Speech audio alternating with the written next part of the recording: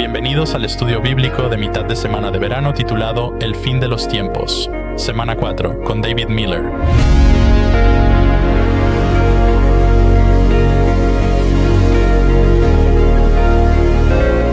Amén. Qué bueno verte esta noche. Me alegra que estés aquí. Para los que levantaron la mano por primera vez, estamos muy contentos de tenerlos aquí.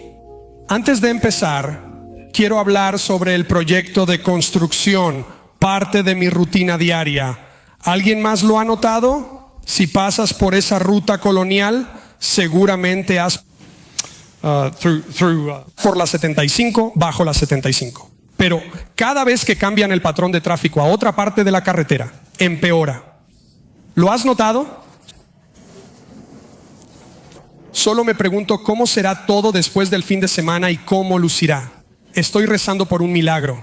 Así que, de todos modos, soy David Miller, uno de los pastores, uno de los ancianos por aquí. Y si no nos hemos conocido, me encantaría conocerte después de esto. Estamos felices de que estés aquí esta noche. Qué bendición reunirnos y continuar este estudio, el fin de los tiempos. En mayo de 1999 me gradué del Seminario Teológico de Dallas.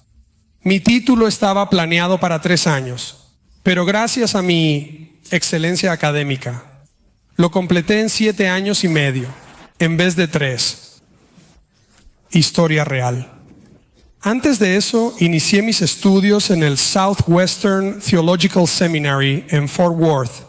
Southwestern es uno de nuestros seminarios de la Convención Bautista del Sur, SBC. Y en mi primer y único semestre en Southwestern, tuve una epifanía en mi clase de ministerio pastoral. El maestro de esa clase dedicó alrededor de 20 a 25 minutos a discutir el color del traje apropiado para funerales. Al salir, me golpeó una epifanía. No puedo seguir así durante los próximos años de mi vida. El semestre siguiente me inscribí en el seminario de Dallas. Algunos saben que enseña una visión premilenial del regreso de Cristo y una visión tribulacional del rapto. Si eres nuevo o te sientes confundido con el estudio del fin de los tiempos, ¿alguien se identifica? Yo también me siento así a veces. Así que repasemos de qué estamos hablando aquí. ¿De acuerdo? Una visión premilenial del regreso de Cristo. Es la creencia de que Jesús regresará físicamente a la tierra antes del milenio, el reinado de 1000 años, del que se habla en Apocalipsis 20. Ahora, asumo que muchos aquí comparten una posición premilenial, al igual que el pastor Russell. Él ha mencionado que, al igual que muchos cristianos, existen otras posturas además de la premilenial, como el amilenialismo, el posmilenialismo y el preterismo. Dentro de la visión premilenial se pueden tener varias opiniones sobre el momento del rapto. Una visión pretribulacional del rapto es la creencia de que Jesús regresará para reunir a los elegidos antes del periodo de 7 años del rapto. Una visión de mitad de la tribulación cree que Jesús vendrá a la mitad, 3 años y medio. Y por supuesto, una visión postribulacional del rapto cree que Jesús regresará después de la tribulación. Ahora, si tienes una posición sobre el momento del rapto, asumiré que muchos de ustedes tienen una visión pretribulacional del rapto. Y honestamente, no los culpo. Esa es la visión que me enseñaron en el seminario de Dallas. Y la sostuve hasta hace unos 15 años. Y si resulta que estoy equivocado acerca de mi visión y el rapto realmente sucede antes de la tribulación, estaré encantado y no me quejaré. De hecho, alabaré a Dios por haberme equivocado. Pero como el pastor Russell, ambos estamos en el campamento premilenialista, sosteniendo una visión llamada pre-ira sobre el rapto. Así que la visión pre-ira del rapto implica que creemos que Cristo, al regresar para raptar a los elegidos, lo hará después de la tribulación, en el 6º sello, justo antes del 7º sello. Ese 7º sello trae la ira de Dios, su juicio contra la humanidad pecadora. En resumen, esa es la visión pre-ira. Ahora hablaremos un poco más sobre eso en un momento, porque, de nuevo, sostengo la misma posición que el pastor Russell, pero quiero dejar claro que incluso la posición pre-ira cae dentro del artículo 10 de nuestra declaración de fe. ¿Han visto esto antes si han estado aquí cada semana?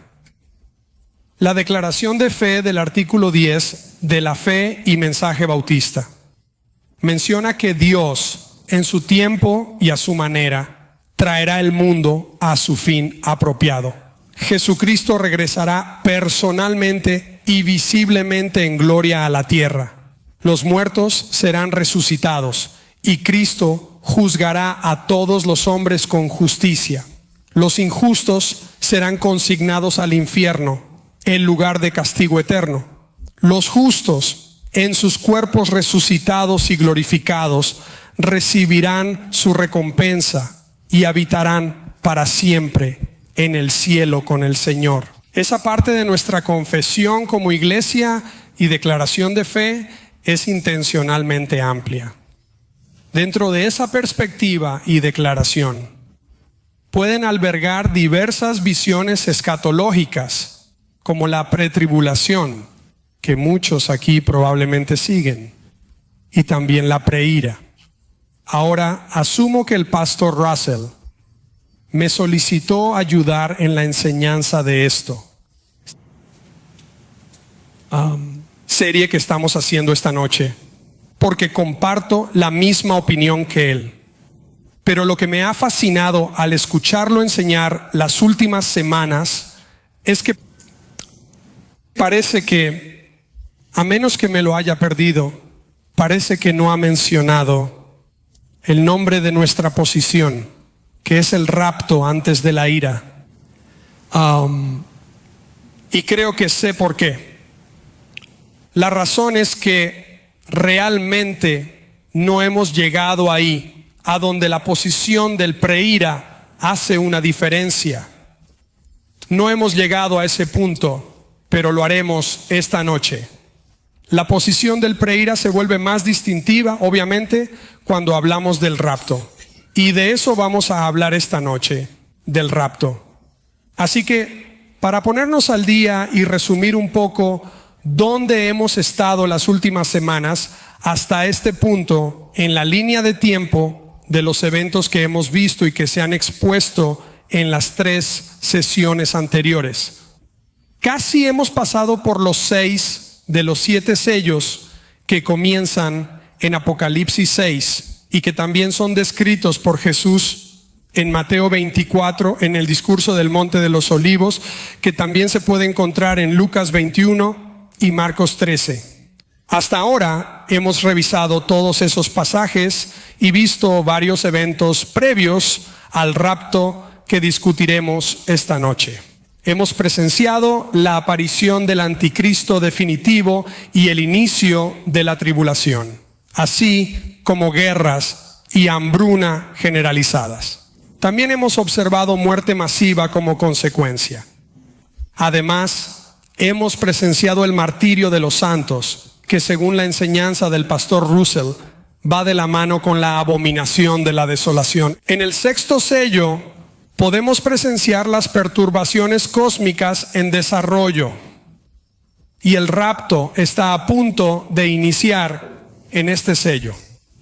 Antes de sumergirnos en las escrituras acerca del rapto, deseo compartir una advertencia contigo. Creo que el pastor Russell hizo una advertencia en la primera semana, aunque yo no estuve aquí para escucharla.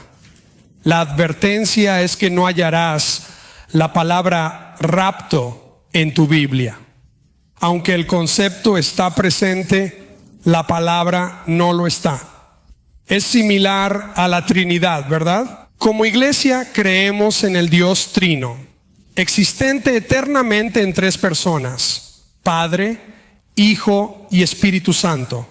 Aunque la palabra Trinidad no está en la Escritura, el concepto está presente. De forma similar, el rapto se menciona en la Biblia, aunque la palabra no aparece. Sin embargo, el evento está descrito en ella. La palabra rapto tiene un origen interesante. Proviene de la Vulgata católica, una traducción latina del siglo IV. Esta noche veremos un pasaje que contiene la frase de donde deriva la palabra rapto. Entonces, vamos todos juntos a abrir en Primera de Tesalonicenses 4. Comenzaremos en el versículo 13. Así que Primera de Tesalonicenses 4, desde el versículo 13. Y leeremos juntos.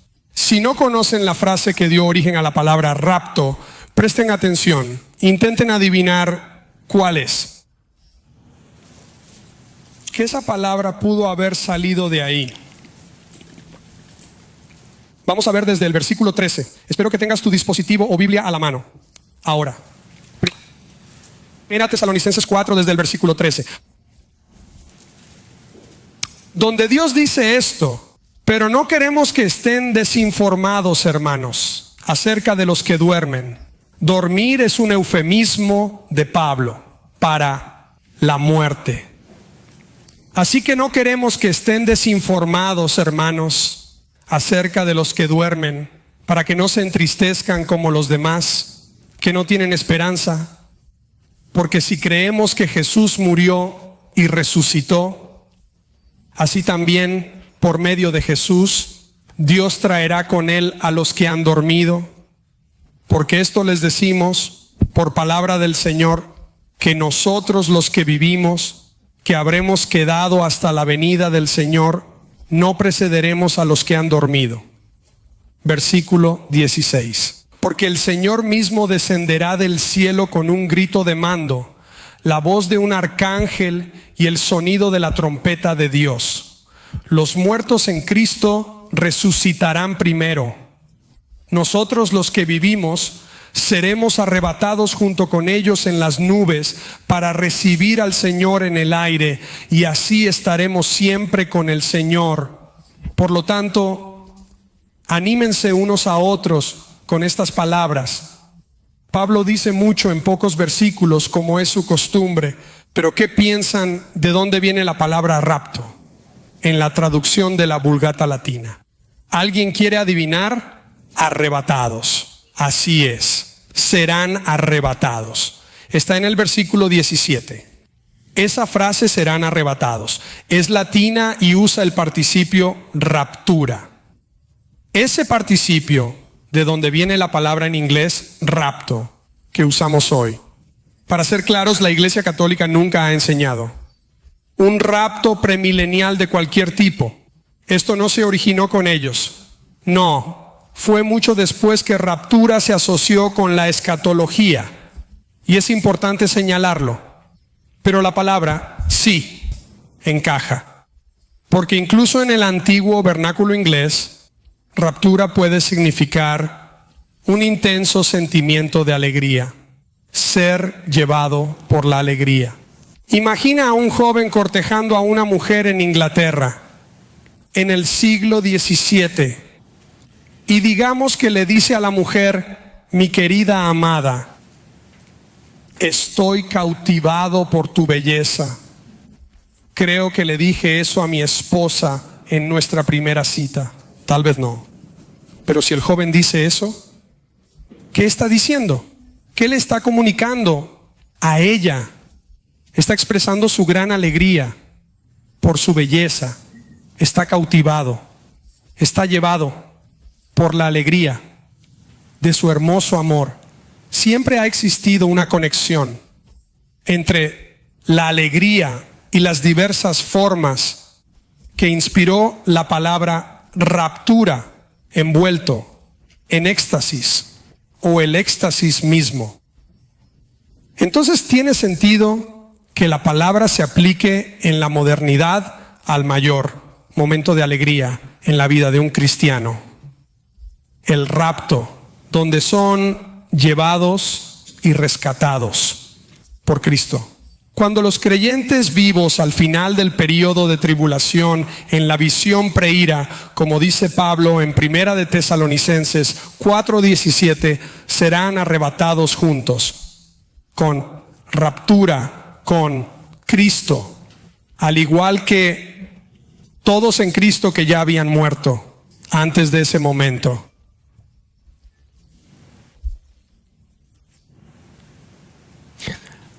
Finalmente ver a Jesucristo solo. Imagina, si has caminado con Jesús, seguro lo has imaginado. Finalmente verlo. Ese momento de ver a Cristo, nuestra bendita esperanza, como lo llama Tito 2:13. Ese momento del rapto será un momento de alegría indescriptible, como nunca antes. Por eso debemos tener cuidado con los himnos que cantamos que usan el término rapto. ¿Alguien aquí sabe quién es Fanny Crosby? Mucha gente. Si alguna vez has cantado Bendita Seguridad, has cantado una de sus canciones. Fanny fue una famosa escritora de himnos y escribió miles de himnos y canciones. Y en muchos de sus himnos usa la palabra rapto. Por ejemplo, algunos de ustedes pueden conocer el himno que ella escribió llamado Jesús, manténme cerca de la cruz. ¿Alguna vez han escuchado esa canción, Jesús, manténme cerca de la cruz? El coro es en la cruz. En la cruz, en la cruz. Sea mi gloria siempre, hasta que mi alma arrebatada encuentre descanso más allá del río. Muchos de ustedes saben que ahora, al referirse a alma arrebatada, ¿está hablando de sí misma en el momento del rapto? ¿O solo se refiere a su alma gozosa mientras medita en Cristo? Se puede argumentar que es una u otra, pero podría ser ambas, ya que el momento del rapto es de gran alegría, amigos. Y sé que he conocido a cristianos que temen estudiar los tiempos finales. Tienen miedo de lo que está por venir. Pero el objetivo final, querido hermano y hermana en Cristo, es la alegría de estar con Cristo. Y eso es algo en lo que confiamos. Y un día podremos preguntarle a Fanny a cuál se refería, ¿verdad? Pero en nuestro pasaje en 1 de Tesalonicenses 4 hay palabras más importantes que solo esa, aunque es relevante en el contexto. Pablo escribe a la iglesia en Tesalónica y en el Nuevo Testamento es común ver que Pablo responde a preguntas mientras escribe sus epístolas. Esto seguramente surgió de un problema o una pregunta que ese cuerpo de Cristo había planteado. La iglesia en Tesalónica estaba emocionada por el fin de los tiempos, pero surgió una pregunta legítima sobre aquellos que ya habían fallecido. Para esos creyentes que conocían y ya habían fallecido, serían pasados por alto, se lo perderían cuando Cristo regrese. Vean los versículos 13 y 14. Así aborda eso. Pero no queremos que estén desinformados, hermanos. Al hablar acerca de aquellos que están durmiendo, evita que se entristezcan como los demás que carecen de esperanza. Al creer en la muerte y resurrección de Jesús, Dios traerá consigo a los que han fallecido. ¿Cuál es el propósito de Pablo en este pasaje? Su intención es asegurar que los cristianos fallecidos no se perderán cuando Jesús regrese. permitiéndoles lamentar de manera diferente a como lo haría alguien perdido, sin caer en la desesperación. No es desesperación, es duelo con esperanza. Ese es el punto de Pablo. Pero ¿en qué se basa esa esperanza? No te lo pierdas. Mira el versículo 14. Dice, porque ya que creemos en qué, inténtalo de nuevo. Creemos en que Jesús murió y resucitó.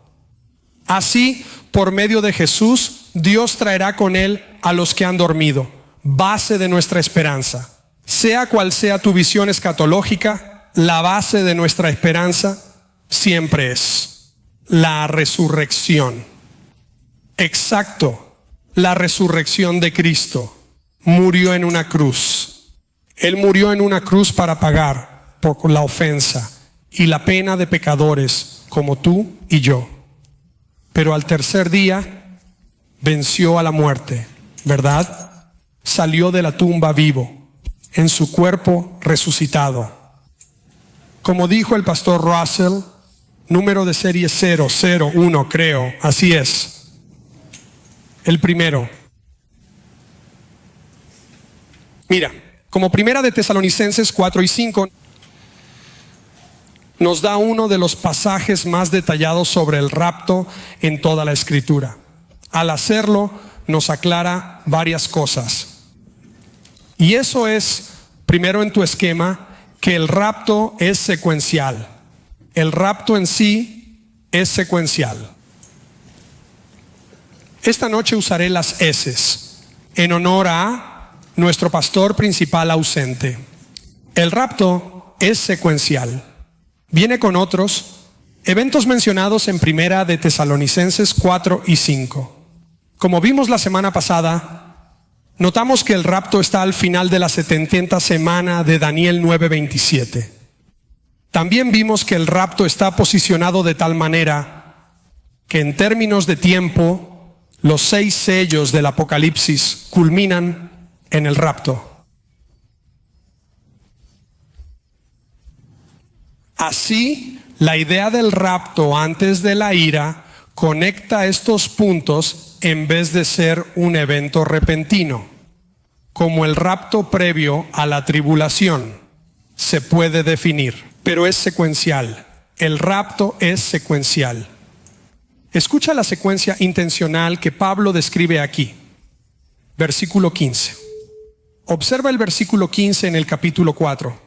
Porque esto os decimos en palabra del Señor, que nosotros, los que vivimos y permanecemos hasta la venida del Señor, ¿qué haremos? No, proceder. Está bien, es un evento que él describe. Una secuencia de eventos no precederá a los que han dormido. Porque ¿qué hará el Señor mismo? Descender. Otra secuencia de eventos. El Señor descenderá del cielo con un grito, la voz de un arcángel y la trompeta de Dios. Entonces, los muertos en Cristo resucitarán. ¿Qué? ¿De nuevo? Otra secuencia. Pero en el 17 dice, entonces, es decir, justo después de eso. ¿Justo después de qué? Tras la resurrección de los muertos en Cristo.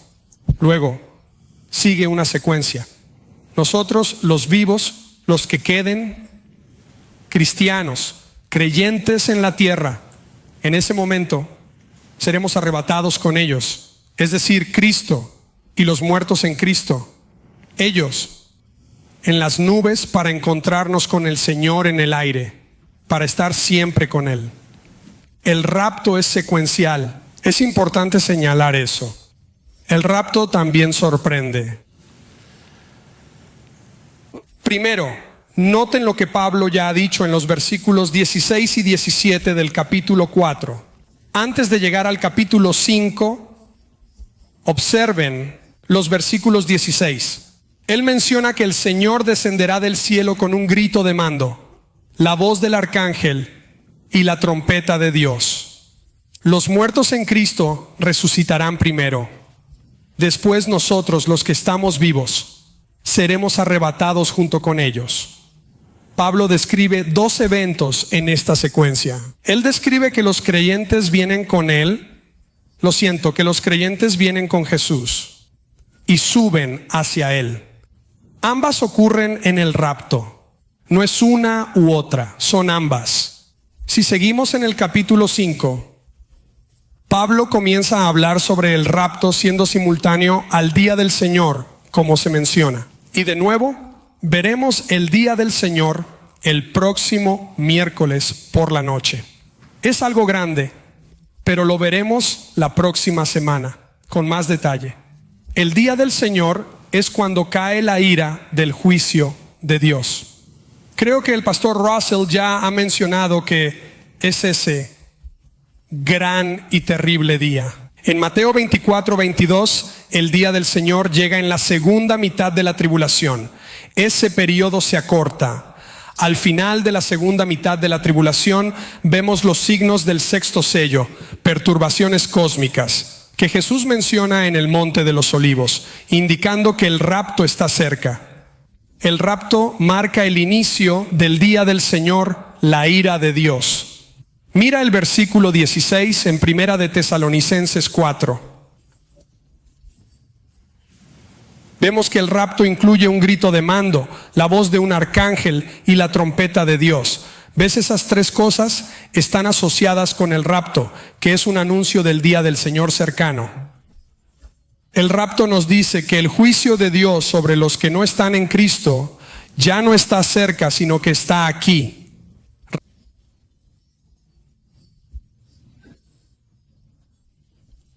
Rapto, boom. Día del Señor. Esa es la secuencia. Rapto, día del Señor. Ambos suceden al mismo tiempo. ¿Alguien ha visitado Typhoon Lagoon en Orlando? Oh, un par de ustedes sí. Bien. Si no saben qué es Typhoon Lagoon, es un parque acuático. Y mis hijos mientras crecíamos juntos. Sí, crecimos juntos. Sí, mientras todos crecíamos, al tener hijos, crecí. Mientras crecíamos, llevaba a los chicos seguido a Typhoon Lagoon y aún más a mi hijo menor. Es uno de sus lugares favoritos. De hecho, iremos para su cumple en unas semanas. Si pudiera diseñar el cielo, sería como ese parque acuático. Solo como nota, pero Typhoon Lagoon tiene una piscina de olas que es como nada que haya visto antes. La primera vez que fuimos, los chicos eran pequeños y entonces ambos caminaban, ambos nadaban bien. Pero mi hijo menor tuvo que tener un chaleco salvavidas. Tuvo que usar un chaleco salvavidas en la piscina de olas. Es una piscina de olas de 2,5 acres. Bien. Y crea olas de hasta casi 6 pies de altura.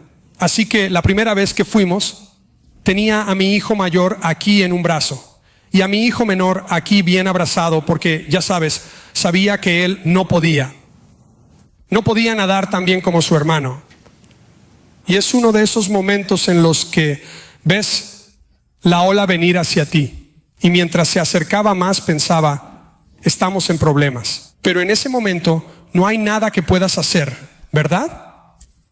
Cuando esa ola nos golpeó, los 2 niños fueron arrancados de mis brazos y trato de volver a la superficie, sabiendo que mi esposa me matará si pierdo a uno de ellos.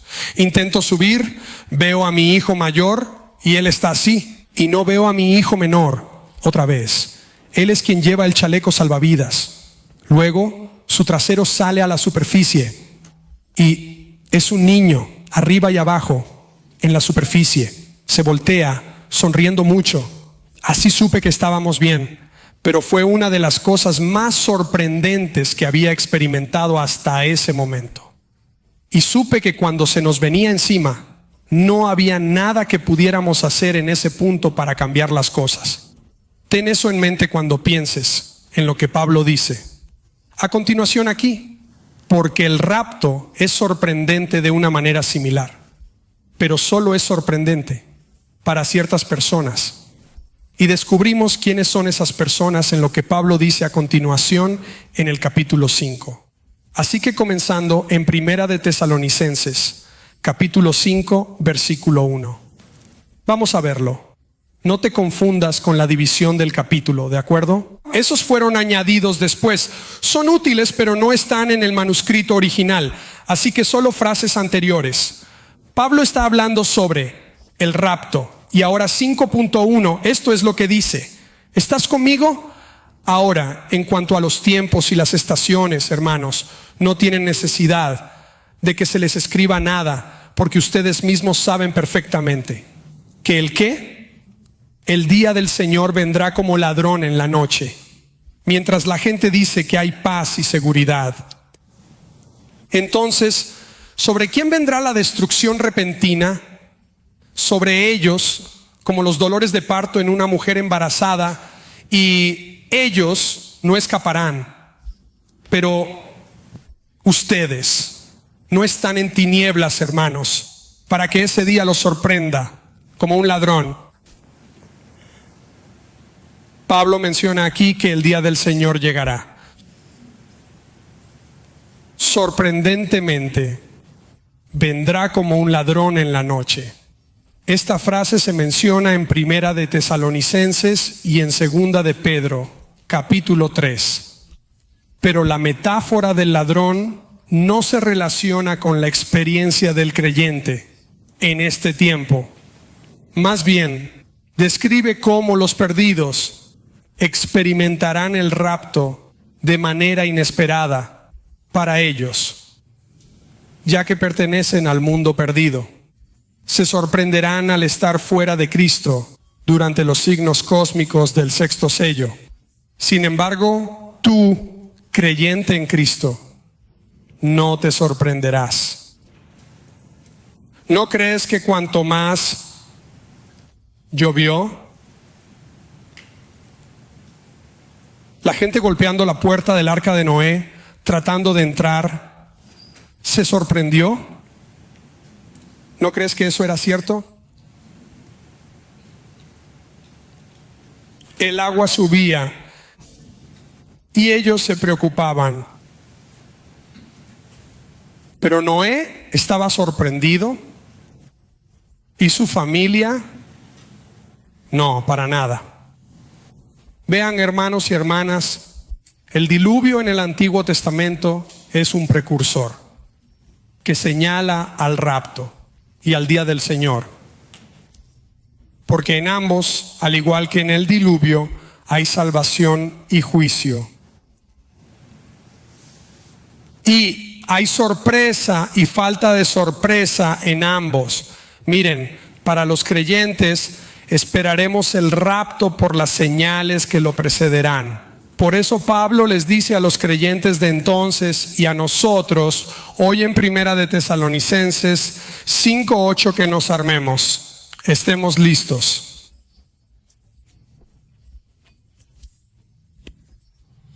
También en Segunda de Pedro 3:8-13 también nos dice ahí, en un pasaje complementario, que el día del Señor no es un secreto, pero será catastrófico para los que queden en la tierra tras el rapto, y aunque sorprenderá a los perdidos, será un momento de realización y alegría, porque los cristianos que estén vivos en ese momento lo estarán esperando por todo lo que han visto hasta ese punto. Segunda de Pedro 3, versículos del 8 al 13. Es complementario, reforzando lo que será. El rapto será sorpresivo. Por lo tanto, será secuencial, será sorprendente. Y en tercer lugar, será repentino. Voltea conmigo a 1 Corintios 15. Como hemos hecho las últimas semanas, tenemos que movernos a diferentes pasajes para juntar todo. 1 Corintios 15, desde el versículo 51. La Biblia dice esto: he aquí os digo un misterio. No todos dormiremos, pero todos seremos transformados. En un momento, en un abrir y cerrar de ojos, a la final trompeta. Porque se tocará la trompeta, y los muertos serán resucitados incorruptibles, y nosotros seremos transformados. En el versículo 52, Pablo usa una frase fascinante. Ese término, en un abrir y cerrar de ojos, que debe entenderse simplemente como muy rápido. El rapto será repentino, rápido. Pero al decir repentino, no queremos decir que venga sin advertencia. Si estás en el ejército y hay un ataque repentino, usualmente eso significa que no hubo advertencia sobre el ataque, ¿verdad? Pero ya vimos el miércoles pasado que ese no es el testimonio de las Escrituras antes del rapto. Hay advertencia. Los primeros 5 sellos antes del rapto son evidencia de que está por venir para el creyente. Así que cuando decimos que el rapto es repentino, solo queremos decir que es rápido. Ve el objeto de repentino en tu esquema. Se trata de la transformación que ocurrirá en ese momento en la vida del creyente. Seremos transformados rápidamente en un instante. Como Pablo dice al final del versículo 51 y 52. Mira lo que dice. Dice, pero todos seremos transformados en un instante, en un abrir y cerrar de ojos. Esa pequeña frase, en un abrir y cerrar de ojos, es la manera de Pablo de describir la brevedad de este momento cuando somos transformados. La palabra griega para parpadeo describe un movimiento rápido de cualquier tipo. Pero creo que fue John MacArthur quien dijo, ya que el ojo, nuestros ojos, puede moverse más rápido que cualquier otra parte visible de nuestro cuerpo, parece ilustrar mejor que de lo que él está hablando aquí es de la transformación repentina, rápida, transformación repentina de los creyentes arrebatados. Es secuencial. El rapto también sorprende a los perdidos. Es repentino en términos del cambio instantáneo para todos los que están en Cristo. ¿Alguien espera recibir un cuerpo resucitado? Además de mí, aleluya. Tengo una. Mi esposa probablemente se va a morir porque voy a hablar de esto en la red mundial. Pero recibí una llamada de mi doctor el otro día. Me acaban de hacer una tomografía y no dijo que tengo un cálculo renal. Dijo que tengo cálculos renales en plural. ¿No suena emocionante? No puedo esperar a tener un cuerpo sin piedras. Les digo, algunos saben a lo que me refiero. Es secuencial, es sorprendente para los perdidos. Es repentino en términos de el cambio instantáneo que ocurre en ese momento para todos los que están en Cristo. Pero también es pronto. El número 4 en tu esquema es pronto. Sin embargo, quiero hacer una salvedad en la visión preira. Y debes seguirme en esto. Hay una salvedad en cuanto al rapto siendo pronto. Y el estado del rapto ha sido anticipado desde hace 2000 años. Esa es la salvedad. Sí, es temprano. El apóstol Pedro creía en la pronta venida del Señor. En 2 Pedro 3:8 se explica que el rapto será pronto porque servimos a un Dios soberano, eterno y sobre todas las cosas. Pedro lo describe de esta manera. Dios ve un día como 1000 años y 1000 años como un día. ¿Verdad? Quizá conozcan ese versículo en 2 de Pedro 3:8. Por lo tanto, el rapto está cerca en el calendario divino. Pablo también creía en la pronta venida del Señor, como vemos en 1 de Tesalonicenses y 1 de Corintios 15. Santiago. Él también creía que el rapto es pronto. Santiago es el primer libro del Nuevo Testamento. ¿Sabías que el autor de este libro era el medio hermano de Jesús? Así es. Fue pastor en Jerusalén. En Santiago 5, 7, 9 se nos ordena algo específico. Mírenlo en sus Biblias, versículo 7. Tengan paciencia. ¿Alguien ha tenido problemas con eso en las últimas 3 semanas? Es bueno saber que no estoy solo. Sean pacientes, por lo tanto, hermanos, hasta la venida del Señor. Vean cómo el agricultor espera el precioso fruto de la tierra. Sean pacientes hasta que reciba la lluvia temprana y la tardía. Ustedes también sean pacientes. Fortalezcan sus corazones porque la venida del Señor está cerca. No se quejen unos contra otros, hermanos, para que no sean juzgados. Miren, el juez está de pie en la puerta. Miren, Santiago describe un evento cercano con el juez de pie en la puerta. El Señor viene pronto, pero eso no impide que otros eventos puedan ocurrir antes de su venida, como se menciona en el discurso del Monte de los Olivos sobre el rapto. En otros pasajes, no debemos ignorar esas cosas solo porque sabemos que el Señor viene pronto. Miren, no es una contradicción, amigos, decir que el Señor viene pronto y ha sido pronto por 2000 años. Una distinción de la perspectiva preira del rapto es que no es compatible con una visión inminente del regreso de Cristo. Esta es una de las diferencias, grandes diferencias, entre la perspectiva preira del rapto comparada con pretribulación o midtribulación o posttribulación. Una buena definición de inminencia. Permítanme darles una buena definición de inminencia para ayudar a distinguir esto y entender la diferencia entre inminente y pronto. Una buena definición de inminencia es algo que va a suceder potencialmente en cualquier momento sin precedentes. Algo inminente sucede potencialmente en cualquier momento sin precedentes. Pero eso no es el rapto. Todas estas señales nos indican que el rapto está cerca. Cuando las señales del sexto sello estén cerca y ocurran al final de la semana 70. ¿Qué nos dice Jesús en Lucas 21-28? Él dice que cuando veamos estas cosas suceder, debemos ponernos de pie y levantar la cabeza, porque nuestra redención está cerca.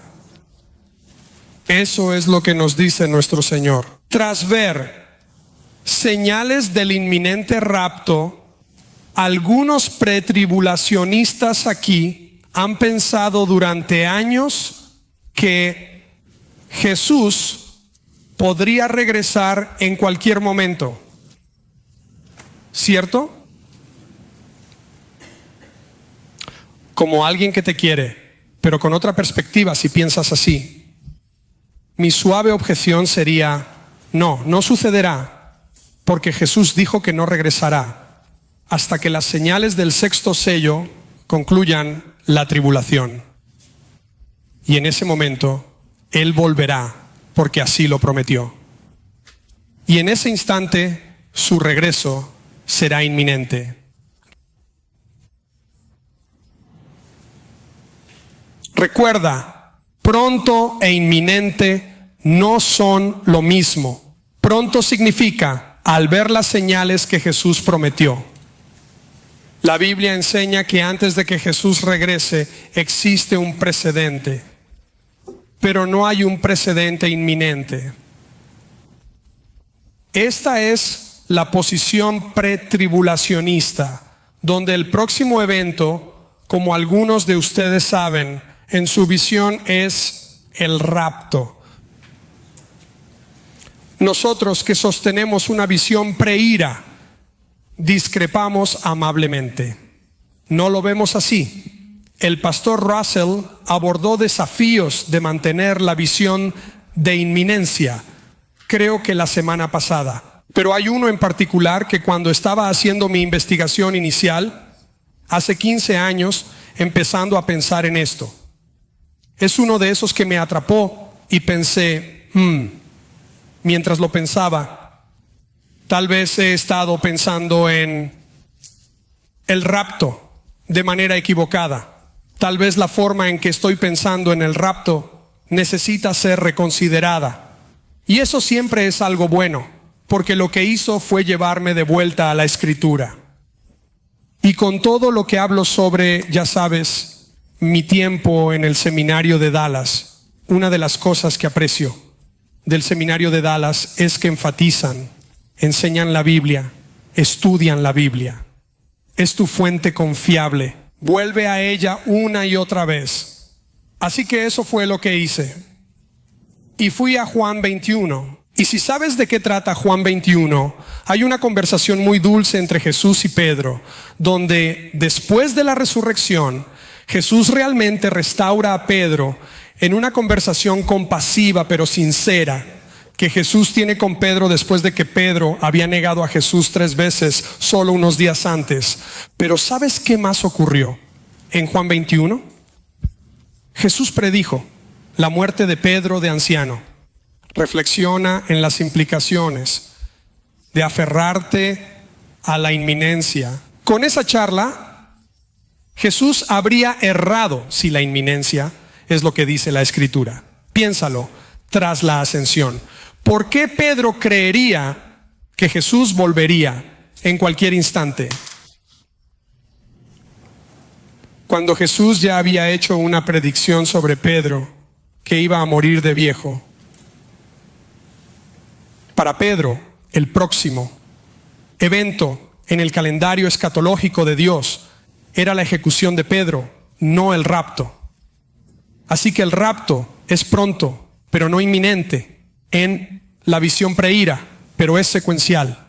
Es sorprendente para los perdidos. Es repentino en términos del cambio que ocurre para todos los que están en Cristo. Y finalmente, el rapto también es un alivio. El número 5 en tu esquema es alivio. Esta es la mejor parte del rapto y lo que la Biblia enseña.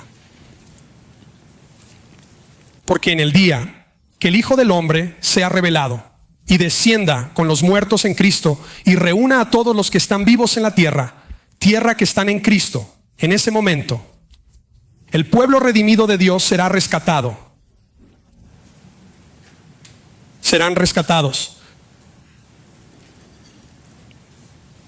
He compartido mi testimonio mucho en esta iglesia, pero Dios me rescató a los 13 años. Crecí en la iglesia. Había oído de Jesús, la cruz, la Pascua, pero estaba perdido en mi pecado. Hasta que alguien compartió malas noticias sobre mí, conmigo, que yo era un pecador y necesitaba un Salvador. Compartieron las buenas noticias de lo que Dios hizo por pecadores como yo, a través de Jesucristo, su Hijo. Y mi vida nunca ha sido la misma. Dios me rescató en ese momento. Y ese momento es memorable e importante. But, aunque me rescató a los 13 años, mi rescate aún no se ha completado. Si estás en Cristo hoy, Él te ha rescatado, pero tu rescate aún no se ha completado. Pero será en el momento del rapto. El rapto libra al creyente de la ira de Dios, de la cual hablaremos la próxima semana. Pero somos librados por la obra de Cristo, a nuestro favor. Todos estos versículos hablan de esto. En Primera de Tesalonicenses, como ven en su esquema, puse 1:9 ahí. Primera de Tesalonicenses 5:9. Ahí está. Eso es. En Primera de Tesalonicenses, Pablo está felicitando al cuerpo de Cristo aquí en Tesalónica porque han sido fieles como testigos, incluso bajo gran aflicción en este momento. Tanto así que han impactado a los creyentes en Macedonia y Acaya. Pablo se refiere a los creyentes en Macedonia y Acaya cuando menciona que ellos mismos cuentan acerca de la recepción que tuvieron entre ustedes al volverse de los ídolos para servir al Dios vivo y verdadero y esperar a su Hijo del cielo resucitado de entre los muertos, Jesús, quien nos libra de la ira venidera. ¿A qué se refiere con esto? No se trata de la aflicción que mencionó Pablo, sino de la ira de Dios venidera destinada no a los creyentes, sino a los perdidos. Es importante entender que esta ira no está destinada para aquellos que han aceptado a Jesús como su Salvador, sino para aquellos que rechazan su amor y redención. Aquellos muertos en su pecado, Jesús libera a quienes se apartan del pecado y confían en Él por fe. Y nos protege de la ira venidera. Entonces, en mi esquema mencioné Primera de Tesalonicenses 1, 9, 10. Ahora regresemos a Primera de Tesalonicenses 5, 9, que forma parte del capítulo que ya hemos explorado al inicio. Se trata de un pasaje relacionado con el rapto. En su descripción, Pablo hace hincapié en el versículo 9 al afirmar que Dios no nos ha destinado a sufrir la ira, sino a obtener nuestra salvación a través de Jesucristo. ¿Seremos objeto de la ira de Satanás durante la tribulación? Según la visión preira, la respuesta es afirmativa.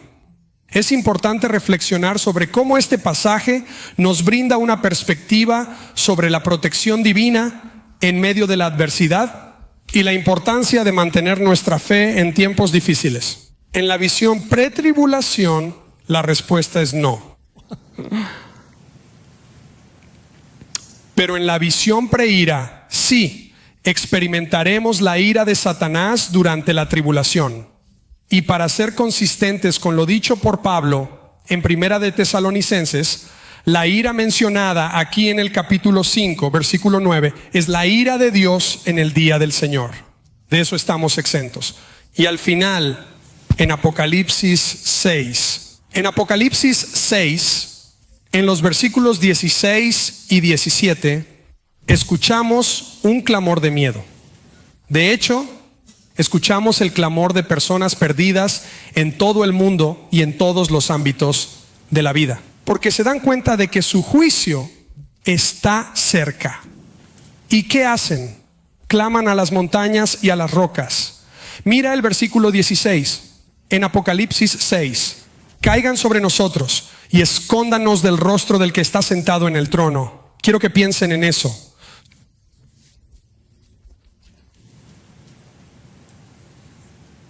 Son tan forzados a enfrentar que su juicio es ahora sobre ellos, que están suplicando a las montañas y las rocas que los saquen de su miseria. Caigan sobre nosotros y escóndanos del rostro del que está sentado en el trono y de la ira de lo que el Cordero, porque el gran día de su ira ha llegado. ¿Y quién podrá sostenerse? Es una pregunta retórica. La respuesta es nadie. No sin el Cordero. Ese es un grito de miedo, amigos. Debería hacernos reflexionar a todos. Que tiene un familiar que está fuera de Cristo, que tiene un amigo o un socio de negocios o un vecino que está fuera de Cristo. Porque ese grito de miedo es a donde todos van, fuera de Cristo, pero no es del pueblo de Dios. Hemos sido salvados de la ira del Cordero gracias a lo que hizo por nosotros. Así que tú y yo no tenemos nada que temer. He mencionado antes que nací y crecí en Texas. Y en Texas, claro, llamamos al estado la tierra prometida. Mi padre era un apasionado entrenador de fútbol americano y béisbol en la preparatoria. Posteriormente ascendió a director atlético. La mayor parte de su trayectoria profesional transcurrió en el área de Dallas-Fort Worth. A pesar de no ser una familia adinerada, nunca nos faltó nada durante mi infancia. No tengo memoria de haber carecido de algo en aquel entonces. Pero no salíamos mucho a comer. Eso era algo especial. Y si salíamos, solo había unos pocos restaurantes a los que íbamos. Algunos lugares a los que íbamos eran como el elegante Long John Silver's. Una comida especial, fuera. A veces los domingos, después de la iglesia, vamos a la cafetería Luby's. No sé si alguien conoce Luby's o Fur's o Wyatt's son iguales. Si no sabes qué es una cafetería porque tienes menos de 30, piensa en ello como un Cracker Barrel con una gran bandeja que vas moviendo y dices, quiero eso, quiero eso, quiero eso. Porque eso es esencialmente lo que era. Pero en las raras ocasiones en que íbamos a desayunar juntos en familia, íbamos a un solo lugar y solo a ese lugar. Ese lugar era el Circle Grill, un restaurante de comida grasosa, si me entiendes. Aunque algo descuidado, ofrecía servicio de mesa con una mesera. Y vaya, sabían hacer hotcakes. Y la mesera, en realidad, después de que todos habíamos comido, era el tipo de lugar donde la mesera dejaba la cuenta y tú ibas al mostrador y pagabas al frente. Así que siempre acompañaba a mi papá a ir a pagar. Y en ese mostrador, detrás, donde estaba el cajero para tomar el dinero de mi papá, había una pintura a principios de los 70 en Dallas, Texas. Y no sé si alguien ha visto esta pintura antes, pero crecí yendo a un restaurante donde esto estaba detrás del mostrador del cajero. Y me asustaba mucho. Por cierto, este es el horizonte de Dallas. Y no sé si realmente puedes ver. Aquí es un avión estrellándose contra un edificio. Aquí un coche choca al lado del camino. Por aquí lo mismo, choque de coche y gente en túnicas blancas subiendo. Tienes todo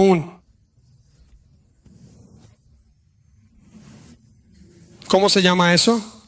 Cementerio justo ahí, donde la gente en túnicas blancas está subiendo. Y de nuevo, ¿a quién van? Perdón. ¿A quién van? Van hacia Jesús. Ahora sabía quién era, pero no sabía nada más sobre esa imagen en particular, pero sabía que me asustaba muchísimo. Y está bien, era un niño. No era cristiano, así que debería haberme asustado mucho. Pero ahora que soy cristiano, no tengo miedo del rapto. De hecho, es un pecado que tú y yo temamos algo que no sea Dios mismo. Y eso siempre es un problema para ti y para mí, ¿verdad? Tememos a otros, pero no a Dios lo suficiente. Mira, estos eventos futuros están en la Biblia, sin importar tu opinión o la mía sobre el regreso de Cristo o el milenio. Tenemos estos eventos revelados en la santa, inerrante, infalible y suficiente palabra de Dios. Y se nos da para consolarnos y tranquilizarnos, para asegurarnos de que nuestra salvación no se trata solo del presente y los problemas actuales, sino que es importante recordar que se trata del pasado. El día en que Dios termine la historia humana y revele su misericordia y justicia de formas nunca antes vistas ni apreciado antes. Recuerden los 3 objetivos de este estudio. El primero es que sepamos qué creemos y por qué con una Biblia frente a nosotros. Una de las implicaciones de este estudio no es que estés de acuerdo conmigo o con Russell o John MacArthur o David, Jeremiah o quien sea, sino que estés de acuerdo contigo mismo por tu propio estudio en la palabra de Dios.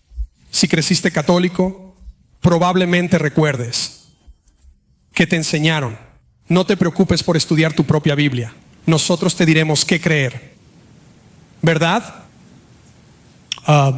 Así no vive el creyente.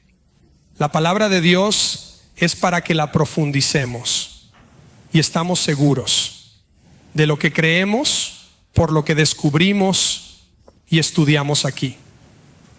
Hay un segundo objetivo también, y es que tengamos una fe lista para el combate que sobreviva a la persecución, sin importar la perspectiva que tengamos sobre los últimos tiempos. Sabemos por Juan 16:33 y por 1 de Pedro 4:12 que enfrentaremos problemas en esta vida, La persecución es real e inevitable al seguir a Cristo.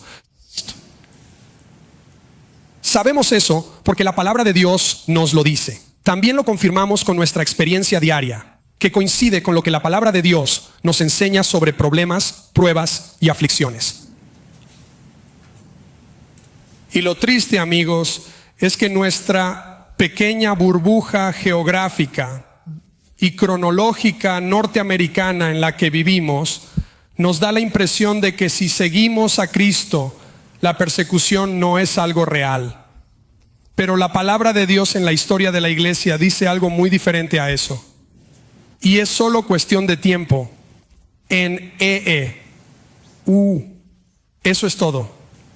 La persecución será más real para nosotros. Un estudio de los últimos tiempos nos prepara para las tribulaciones. El objetivo final es demostrar Romanos 14, donde diferimos en asuntos secundarios. Preira, pretribulación, media tribulación, post-tribulación. Es secundario. Todo cae bajo nuestra confesión de fe en McGregor. Tú y yo podemos amarnos, podemos servir juntos, podemos ser miembros de la misma iglesia y compartir diferentes puntos de vista sobre cómo entendemos estas cosas. Es un asunto secundario. Es la mejor manera de decirlo. Si crees en una pre, media o post-tribulación del rapto, sigo pensando que tengo razón en un 51% y tú estás equivocado. Pero esto nunca debería dividirnos, ya que no es un tema principal. Tú y yo tenemos la oportunidad, semana tras semana, al convivir aquí juntos en esta iglesia, de mostrar el fruto del Espíritu, poder estar en desacuerdo de manera amigable. Es único en el cuerpo de Cristo. ¿Te has dado cuenta de que el mundo no puede desacordar amigablemente? Algunos de ustedes pueden conocer a John Frame. Es un autor y teólogo. Antes fue profesor en el Reformed Theological Seminary en Orlando, pero ya está jubilado.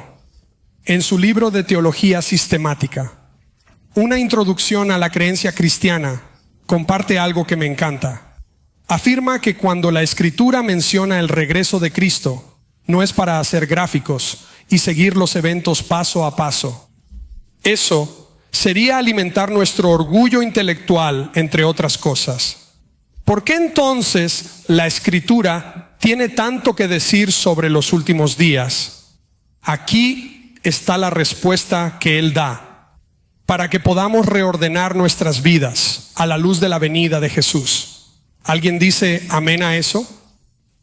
Cada pasaje de la Biblia sobre el regreso de Cristo tiene un propósito práctico, no para desarrollar una teoría de la historia, sino para motivar nuestra obediencia.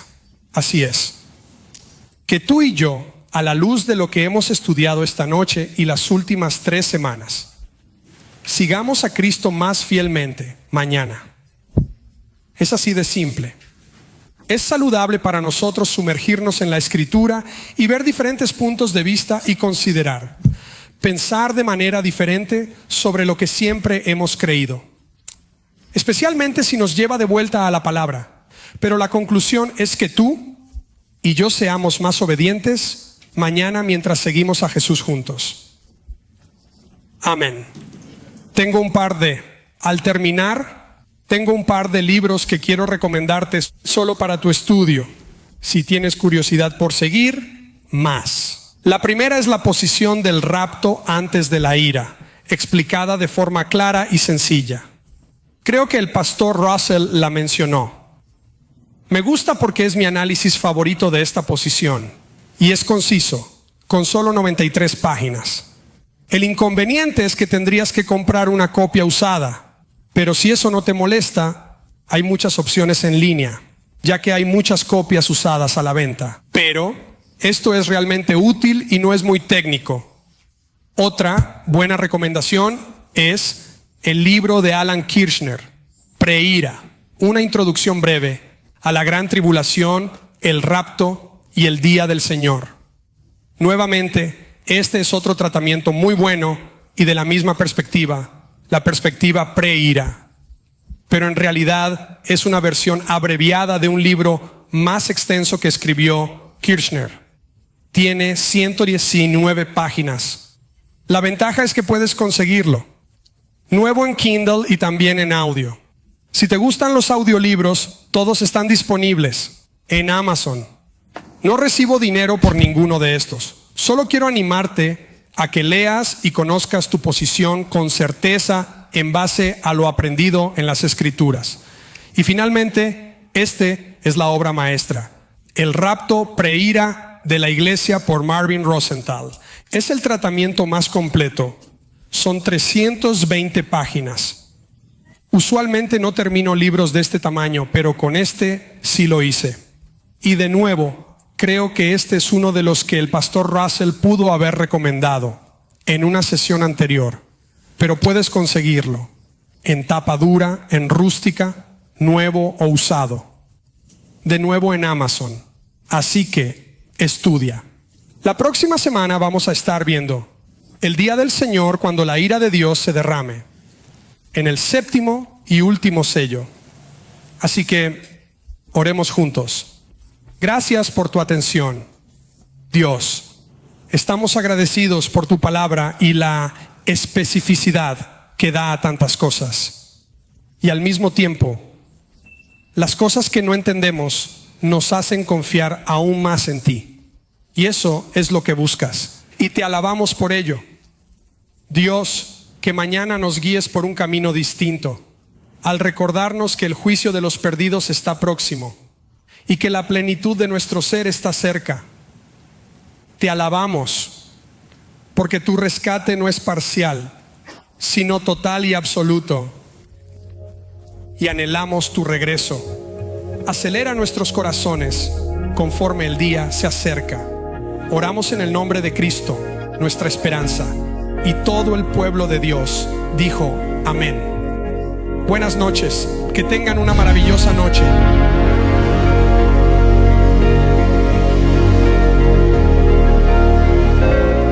Gracias por escuchar nuestro estudio bíblico de mitad de semana de verano titulado El fin de los tiempos. Para más sobre el podcast de McGregor, visita mcgregorpodcast.com. Si no tienes iglesia, únete a nuestro culto dominical en la Iglesia Bautista McGregor. Visita mcgregor.net.